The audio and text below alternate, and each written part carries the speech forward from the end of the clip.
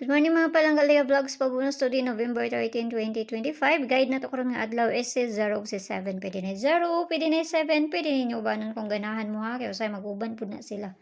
Basin lang no, basin ra. So kanahan, nara sa inyo kung ganahan mo kuha na. So mamasin ta, nakakuha ta gahapon sa pabunos na to diri ha.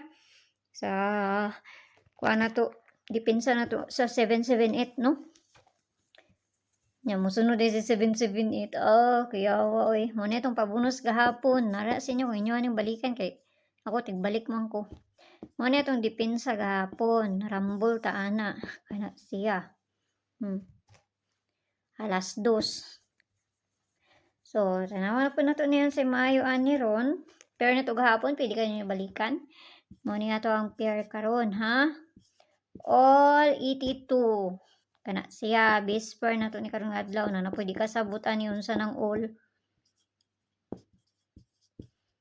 Nakapayas na siya dito sa Inday. Aduan na ninyo dito ba sa ganahan mo na. Ug di mo ganahan ayaw ninyo abayihan nara na sa inyo ha. Kaya na ta sa pabonus na ta. Saan po yung maayo ni ron. Masubay lang unta na ni ba? Pasubayon lang no. Kuhito na to nga para musubay. Okay. So pitsa 3 ta karong adlaw. Diyan ta sa pabunus kay para dali rata kay ginahangak mong ko. So pabunus to karon nga adlaw is 0.45. So may paligas ninyo ana niya no. Mo na ibala na plus minus ra man na.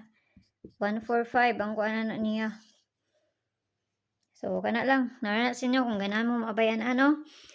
Pamahasin lang ng ato ha, ayaw kayo mo pagpalabi pili ra kung nang duol lang na sa inyo ha. Kung paminaw ninyo nga layo-layo gani, ayaw lang ninyo siya bay. Mayong buntag da sa inyo, hag ang tanan, o kanara kay mora may na diri sa hakua. Bye-bye!